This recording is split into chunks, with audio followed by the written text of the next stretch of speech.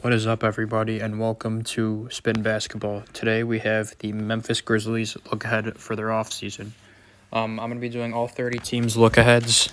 We're going to be starting with Memphis, and then next will be Brooklyn. We're going to hopefully try and alternate East and Western Conference, but we're starting with Memphis because I think they're in an interesting spot.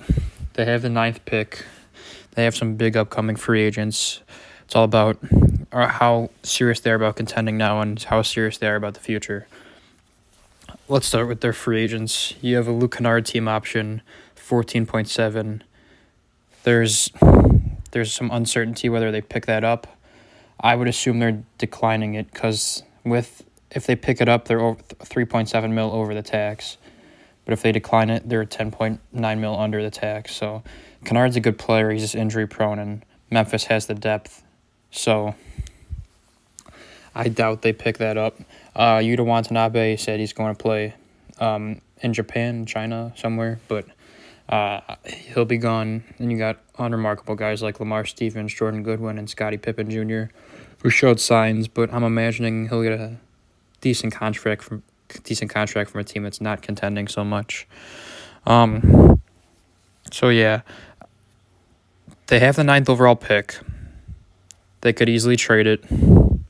I imagine there's a possibility they trade it, but if they don't, some guys I like with that pick, I like Ron Holland, I like Rob Dillingham, be a bench guard, Devin Carter, Dalton Knecht. Those are the 4 guys I like at pick 9 for Memphis. In terms of team needs, I think they need a 5th starter. You have Ja, Bain, Jaren, and Smart locked in as your top 4. Could a guy like Gigi Jackson step in? Maybe. Santi Aldama? Maybe. But I don't trust any of those guys enough. I don't think this is a team where you can just run back. I think you need that 5th starter. I think they need a reliable big man. You lost Steven Adams. That hurts you. You need someone who could set screens and play when Jaren's in foul trouble. And I don't trust Brandon Clark to do that just because of his injury history. And I think you need a more reliable backup point guard than Derrick Rose. Derrick Rose at this stage of his career, although he has his moments, I don't think you can play him in a playoff series as your backup guard. I really don't. So that's where Dillingham fits. I think Dillingham could come off the bench and just be just a spark plug, and Derrick Rose is a good mentor for him. Same with Devin Carter. Like, these guys could be your backup point guard for a few years. Then if there's uncertainty with Ja or if Smart's gone, like, these guys can just step into the 2 as well. Then the Ron Holland and Dalton Knecht, those guys fit more your 5th starter roles, playing the 4 next to Jaren. I would like to have rebounding on this team next to Jaren because of his lack of it, but Holland's defense is great. Knecht can score. Like, I like both of those fits. I think the undeniable keepers on this team are Ja, Bain, Jaren, Gigi, and Vince Williams. Gigi and Vince are just going to be good bench pieces for you. I'd say Smart and Santi are probably staying. I think Santi Aldama is really underrated and stretch big. Like, he could just easily step into the Jaren role. With that said, the trade pieces: Brandon Clark, unreliable big man, John Conchar. They're regretting that contract extension every day. 3 years, 18 he's owed. That's rough. Zaire, lottery pick that hasn't worked out, owed $6 million. The 9th pick, you have the Rose. I doubt they trade him, and you have LaRavia, who was a first-round pick, who's not really worked out. People praise Memphis' front office a lot for how good they are at drafting, but their last few drafts have been rough with LaRavia and Zaire. Like, not the greatest picks. And David Roddy, who they traded. So, I mean,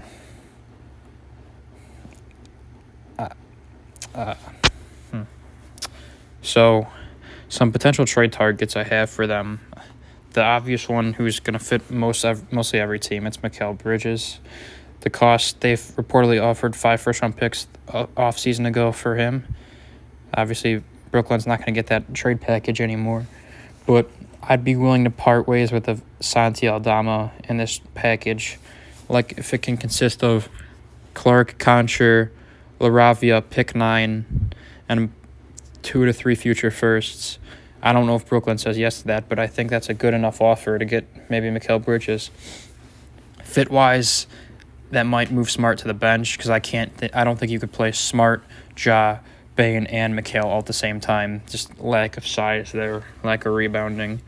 But you could slot Bane back to 2, McHale slides in right at that 3, and you have a guy like Santi Aldama or G.G. Jackson who can just slide right into the 4. I don't think Berlin moves Mikal Bridges. You never know, but I feel like this team is more of a Kyle Kuzma type of destination. He can rebound, he could score, he could shoot, he could facilitate a little bit. Like, the question with him is how will he adapt to going back to a winning environment after being in Washington for a few years? But I don't think it's me a hefty price.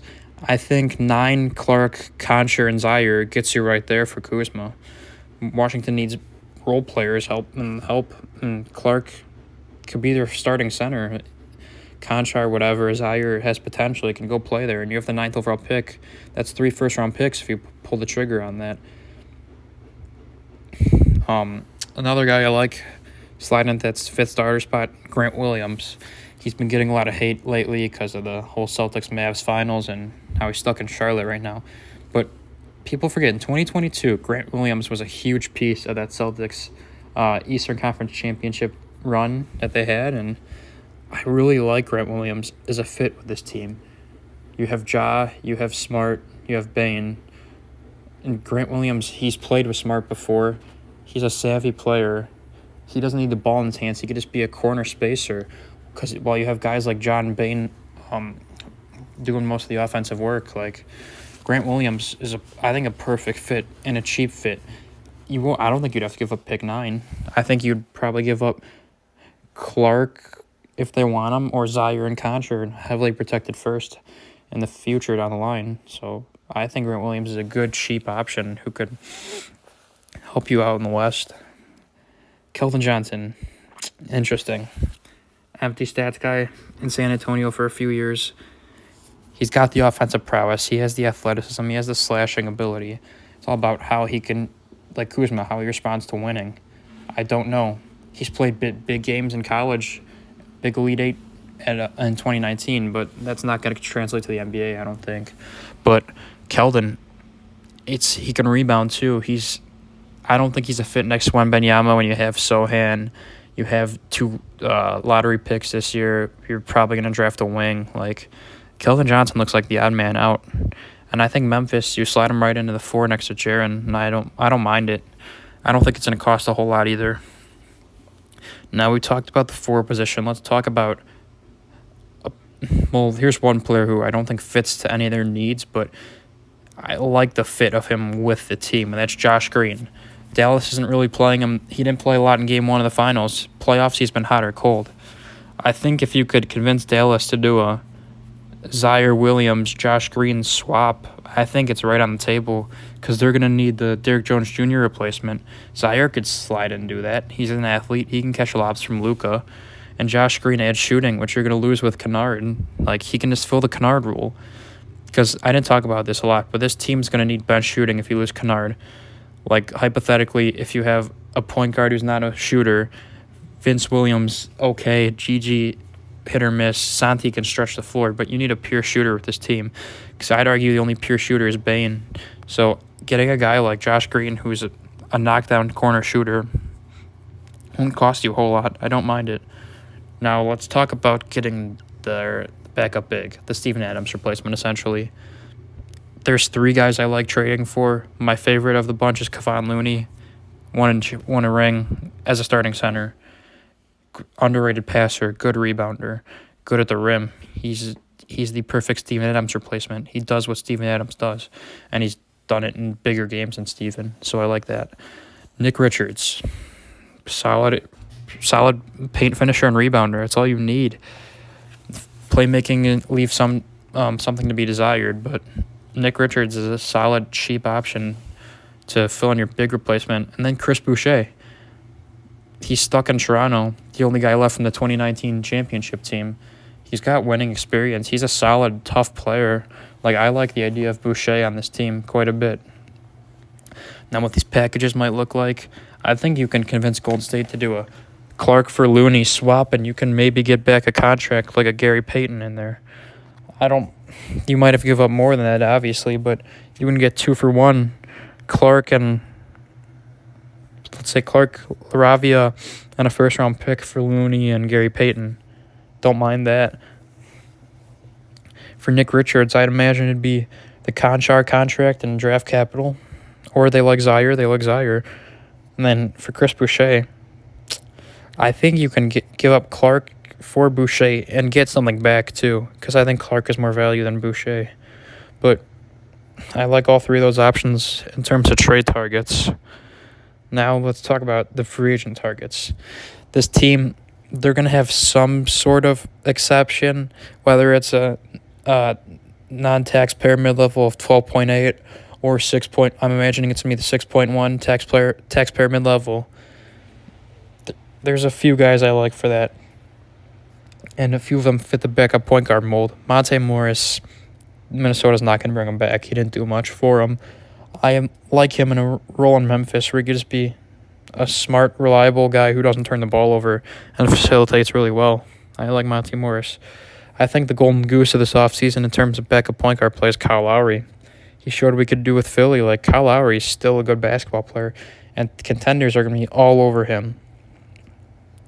I don't like Chris Paul with this team just because age, even though he's aging more than Lowry. Lowry still plays the way he's always played. Chris Paul's starting to slow down. The jump shot's starting to fall off. Injuries are starting to catch up to him. So I like Lowry a lot more than Chris Paul. Jordan McLaughlin, guy from Minnesota, he showed flashes. Minnesota clearly doesn't trust him, but I don't mind him fitting the backup point guard mold. And probably my favorite option is Patrick Beverley. Grit and grind, Memphis culture. Patrick Beverley's perfect. He's going to get some rebounds, get a few assists, hit a corner three or two, talk some shit, and be Patrick Beverley. I don't think you're worried about him missing a few games because you clearly have depth on this team. And once you get Patrick Beverley, I could easily see him cracking your playoff rotation, without a doubt. A wing I like is Cam Reddish. Didn't work out in LA. I don't mind taking a flyer on Cam Reddish at all. I think Cam Reddish can maybe crack your rotation.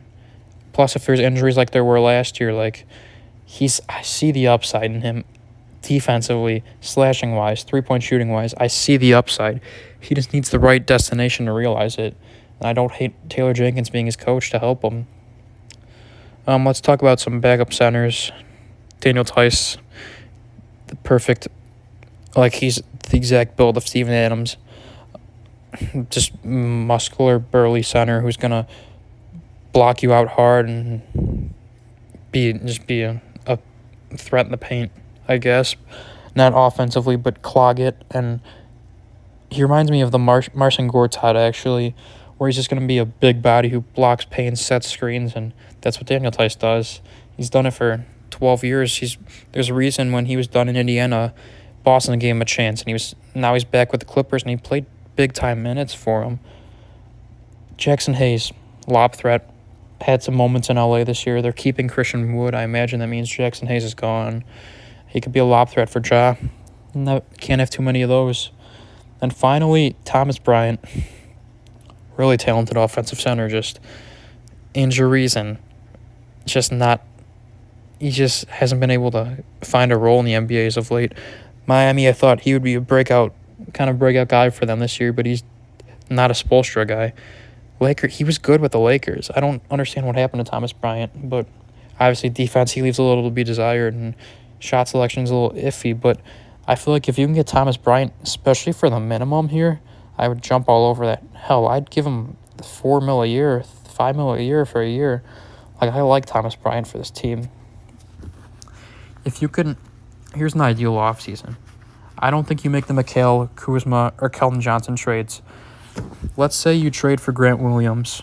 You give up Zaire Williams, John Conchar, and a heavily protected pick down the line. Get Grant Williams. You have a Ja, Bane, Smart, Grant Williams, Jaren Jackson Jr. starting five. Then off the bench, you bring in a Thomas Bryant, and you draft a Rob Dillingham at 9. Let's just say hypothetically. You're going to have a bench unit, Rob Dillingham, Vince Williams, Gigi Jackson, Santi Aldama, Thomas Bryant. Oh, you're still going to have Brandon Clark on the team. Maybe you could ship a Brandon Clark and just dump his salary. Bring in a Cam Reddish who could be a wing for you. I mean, I don't mind that team at all. I think that's a top 5 team in the West easily. If everything goes to plan, Josh stays smart, they stay healthy. I think an 8-9 man playoff rotation of the starting 5 I mentioned. Then you're going to have Aldama, Rob Dillingham, Vince Williams, I think, is a playoff player. And then Patrick Beverly, if you get him. Thomas Bryant, like GG if he shows up. Like, this team it's trending in the right direction despite their rough season. And I feel like Memphis, they could make a Western Conference Finals run in the next few years. I really do. Let me know what you thought of that deep dive in the Memphis Grizzlies offseason, and let me know which team I should do next. I'm doing Brooklyn, but I got a lot of options for after that.